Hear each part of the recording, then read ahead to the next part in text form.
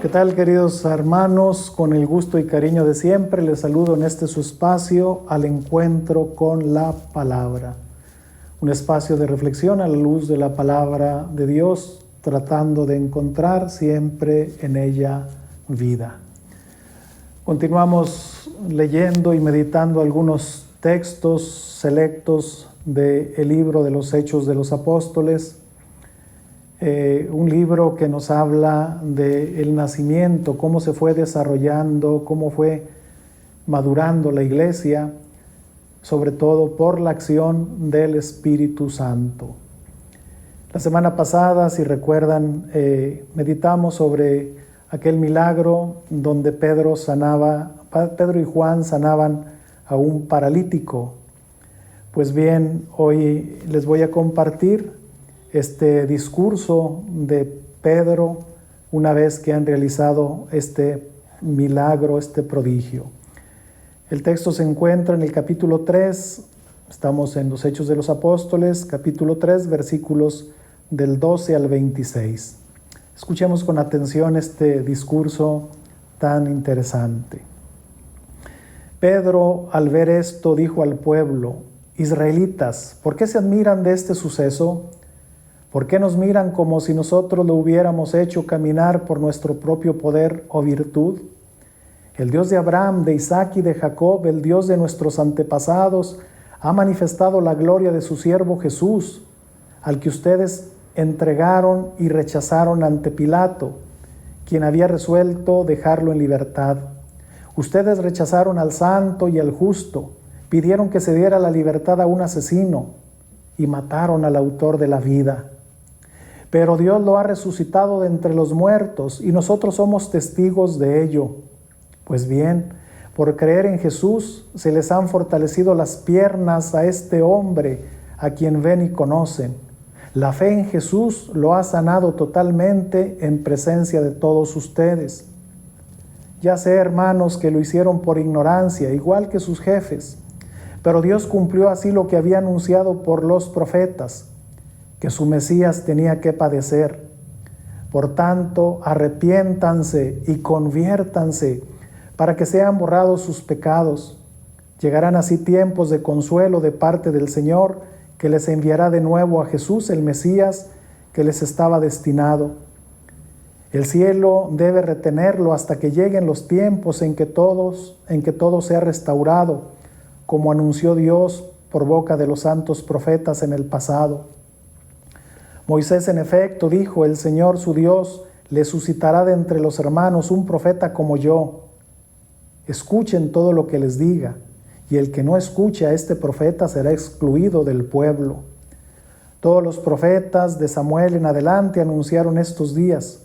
Ustedes son los descendientes de los profetas y de la alianza que Dios estableció con sus antepasados, diciendo a Abraham: a través de tu descendencia serán benditas todas las familias de la tierra. Por ustedes, en primer término, Dios ha suscitado a su siervo, enviándoselo como bendición para que cada uno se convierta de sus maldades. Hasta aquí, pues, es el segundo discurso que Pedro pronuncia. Y recuerden que estos discursos de Pedro son esencialmente discursos querigmáticos. Ya hemos explicado que la palabra querigma es un anuncio gozoso, donde se presenta a Cristo, un Cristo muerto, que le han dado muerte, pero que el Padre no lo abandonó en el sepulcro, el Padre lo resucitó.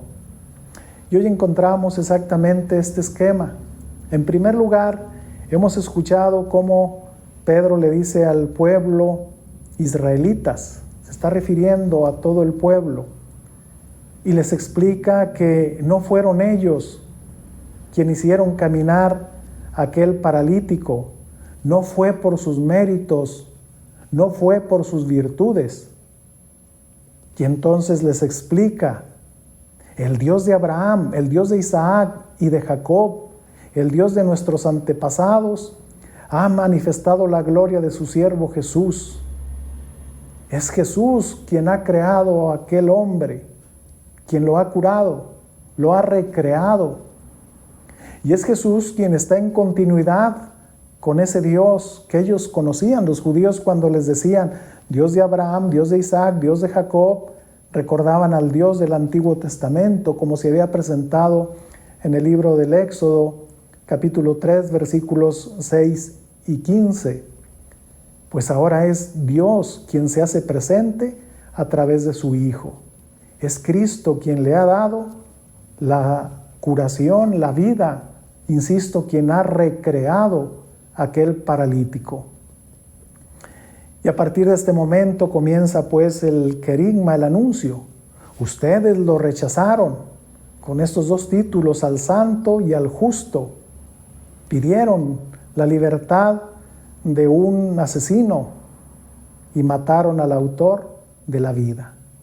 O sea, Pedro, con esa energía, primero les echa en cara: ustedes obraron mal, mataron a Cristo. Pero no se queda en un anuncio negativo, en un anuncio pesimista. Viene la segunda parte. Pero Dios lo ha resucitado de entre los muertos y nosotros somos testigos de ello. Aquí está el centro del querigma.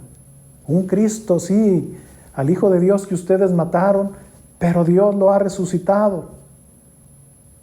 Y qué hermosas palabras de Pedro. Nosotros somos testigos de esa resurrección. Y porque son testigos de esa resurrección, ahora tienen esa capacidad de hacer lo que el Maestro les dijo. Vayan, curen, anuncien, bauticen, expulsen demonios. Ahora los apóstoles son fieles a esa misión que el Señor les había encomendado. Y viene pues el valor que tiene la fe, versículo 16, pues bien, por creer en Jesús, se le han fortalecido las piernas a este hombre, por la fe en Jesús. Él es quien lo ha sanado. Y viene otra vez un reproche de Pedro, ya sé, hermanos, que lo hicieron por ignorancia, el darle muerte a Jesús, igual que sus jefes. Pero les recuerda a Pedro que esto era parte de las Escrituras. Llama como le han dado muerte al Mesías, al siervo. Y esto sin duda Pedro les insiste, les insinúa. Recuerden al profeta Isaías, los 4 cánticos del siervo, cómo presentaba ese personaje sufriente, que sufría por el pueblo. Por sus llagas hemos sido curados. Y fue llevado al matadero, no profirió palabras, no dijo nada. Pues es ese Jesús a quien los profetas ya anunciaron que ustedes conocían, pero por ignorancia lo han dejado o lo han hecho, perdón. Y viene finalmente la invitación al arrepentimiento. Versículo 19. Por tanto, arrepiéntanse y conviértanse para que sean borrados sus pecados. Qué culmen tan hermoso de este discurso, la llamada a la conversión. Y justamente, mis amigos, mañana es miércoles de ceniza y es un tiempo hermosísimo de gracia que la Iglesia nos invita al arrepentimiento, a un arrepentimiento sincero, una forma de cambiar la mente, cambiar el pensamiento, cambiar el corazón, cambiar las actitudes, cambiar las emociones. Qué platillo tan hermoso nos propone la palabra de Dios justamente antes de entrar la Cuaresma. Si tú quieres ser sanado, conviértete.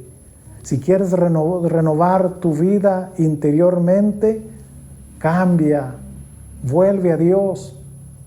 Ya hemos dicho una y otra vez que la reconciliación o la conversión, es cambiar de rumbo.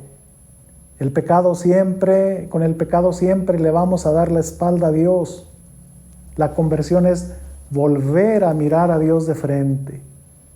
mirar en ese espejo la misericordia de Dios y darle la espalda, por supuesto, al pecado, aquello que nos esclaviza, aquello que mancha a nosotros, deteriora la imagen de Dios.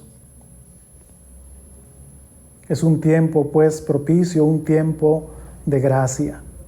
Y finalmente, Pedro le ve como un anuncio escatológico. Ese Jesús volverá. Llegará, pues, ese momento en que Dios enviará de nuevo a Jesús el Mesías que les estaba destinado. Ahí está un anuncio hermosísimo de esperanza. Ese Jesús que ha vuelto al Padre, un día volverá, como decimos en el credo, ha de volver a juzgar a los vivos y a los muertos. Tengamos pues la seguridad, tengamos la certeza de que si nosotros creemos en Dios, creemos en su Hijo Jesucristo, Él hará milagros más grandes que los que le podamos pedir, sobre todo el milagro de la fe.